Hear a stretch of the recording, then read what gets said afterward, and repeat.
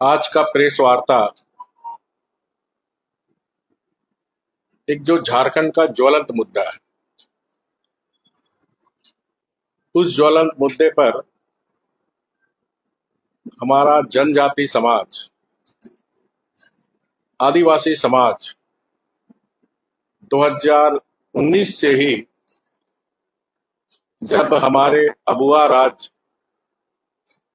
में इस राज्य का मुख्यमंत्री एक आदिवासी हुआ, तो जो पेशा कानून है जो 1996 में भारत सरकार ने लागू की और करीब करीब सभी राज्यों में पेशा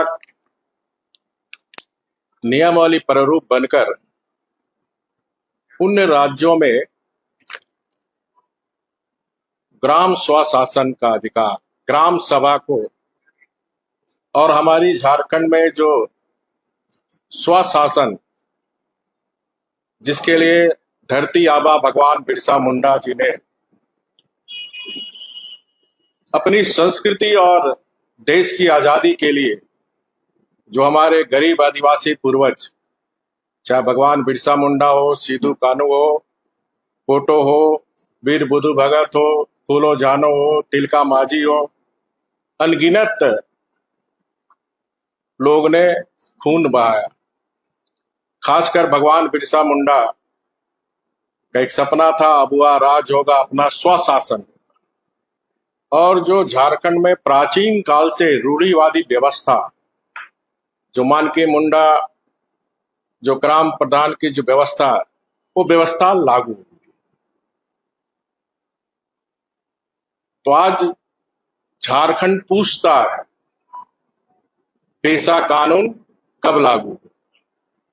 आज झारखंड की जनजाति समाज, आदिवासी समाज सरकार से पूछता है कि कब हमको स्वशासन का अधिकार मिले। 5.5 वर्ष पार्ट 1 और पार्ट 2 को मिलाकर माननीय हेमंत सोरेन जी मुख्यमंत्री है।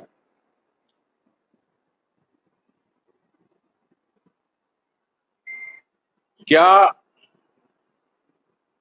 पेशा कानून लागू होने से इस सरकार को खतरा है? क्या ये झारखंड की जनता जानना चाहती। क्या इसी मंशा के डर से आप पेशा कानून नहीं लगा रहे हैं कि अगर पेशा कानून लागू हो जाएगा तो हमारी सरकार गिर जाएगी, सरकार खतरे में पड़ जाएगी? ये झारखंड की 4 करोड़ जनता आज झारखंड सरकार से जानना चाहती है। जबकि हेमंत सरकार द्वारा पेशा नियमावली प्रारूप जुलाई 2023 में प्रकाशित कर पंचायती विभाग द्वारा आम लोगों एवं संस्थाओं से प्रारूप प्रतिक्रिया मांगी थी। साथ ही साथ 4 मार्च क्षेत्रीय कॉन्फ्रेंस भी हुआ था झारखंड में, जिसमें झारखंड सरकार के उद्योग सचिव जितेंद्र सिंह, अपर मुख्य सचिव पंचायती राज झारखंड सरकार राजीव अरुण एक्का जी, पंचायती सचिव भारत सरकार अतिरिक्त सचिव डॉक्टर CS कुमार, पंचायती राज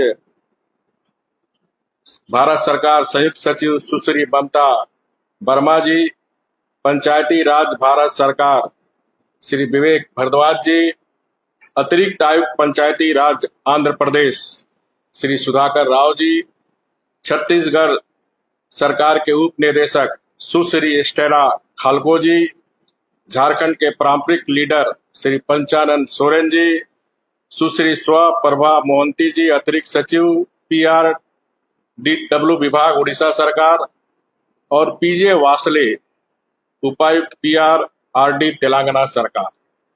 इन बैठक में भी प्रस्ताव पारित करके प्रारूप जो नियमावली थी पंचायती राज विभाग झारखंड सरकार को उसको सहमति दी थी। और इसके साथ ही साथ इस पेशा नियमावली प्रारूप को फिर विधि विभाग भेजा गया। विधि विभाग के महाधिवक्ता ने भी 20/3/2024 को विधि विभाग को सहमति देते हुए विधि विभाग को भेज दिया।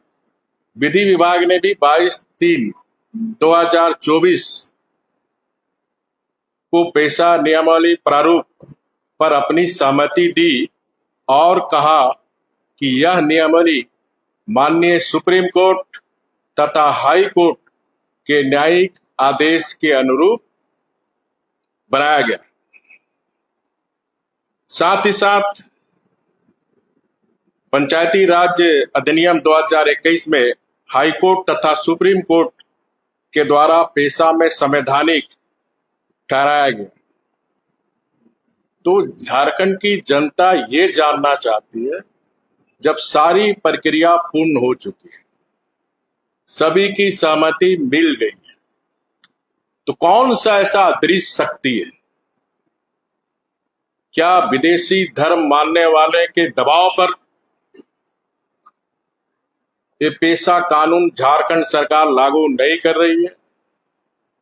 क्या वो विदेशी धर्म के मानने वाले लोग जो हमारी प्राचीन काल से जो झारखंड की रूढ़िवादी व्यवस्था, उस व्यवस्था को स्वीकार करने नहीं चाहती है?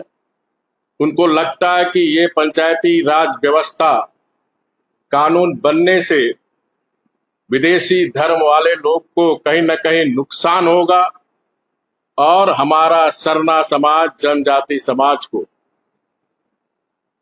इससे फायदा होगा, गांव समृद्धि होगा, गांव में विकास के द्वार खुलेंगे और हमारी जो सरना संस्कृति मजबूत हो। ये सरकार को स्पष्ट करना चाहिए। और ये जो विदेशी धर्म के मानने वाले लोग, ये लोग क्षेत्र में भी कंफ्यूजन कर रहे हैं। क्योंकि मैं कल पलामू लौटने के दरमियान लेतेहार जनजाति समाज से लोग से मिला, सबका मानना था कि पेशा कानून बनना चाहिए, लेकिन इस सरकार विदेशी धर्म के मानने वाले के दबाव में वोट बैंक और तुष्टीकरण की राजनीति के कारण अबुआ राज में, जहां एक आदिवासी मुख्यमंत्री, उनकी संस्कृति और उसके अधिकार पर इस सरकार के द्वारा हमला हो रही। आपको मैं और जानकारी दूं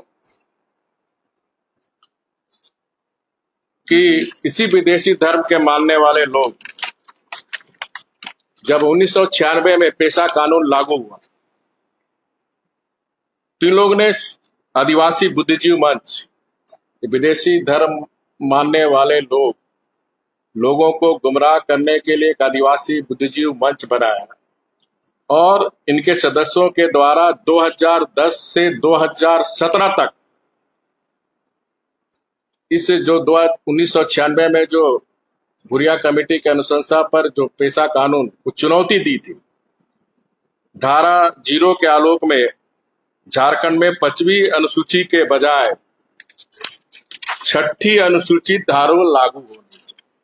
ये जो विदेशी धर्म के मानने वाले लोग हैं, ये नहीं चाहता 5वीं अनुसूची के तहत जो हमारा शेड्यूल 13 जिला 112 प्रखंड है, उस पे स्वशासन या जो रूढ़िवादी परंपरा वो लागू ना हो, 6ठी अनुसूची हो।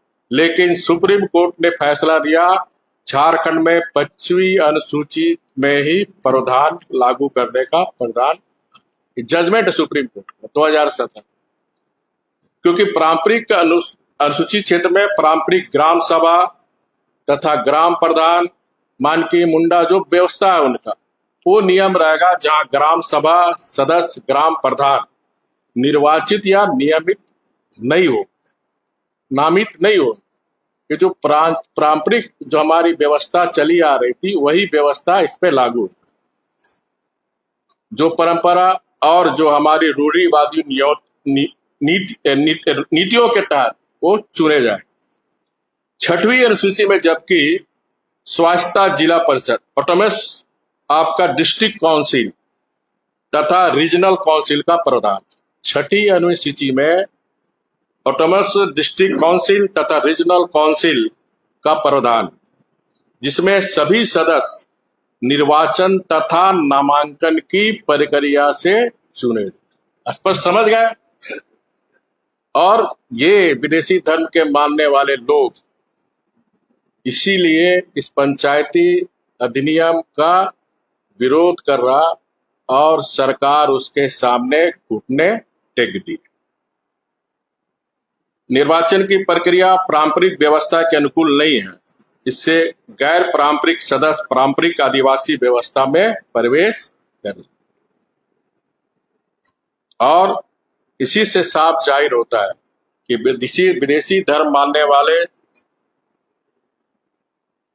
जो इस सरकार में पार्टी में भी पद लिए हुए हैं कांग्रेस पार्टी के, और सरकार में भी मंत्री बने, उनके दबाव से, मेरा सीधा आरोप है, उनके दबाव से सारी प्रक्रिया पूरी होने के बाद भी ये हमारा जनजाति समाज को जो रूढ़िवादी व्यवस्था है, जो ग्राम प्रधान की व्यवस्था, उसको लागू नहीं।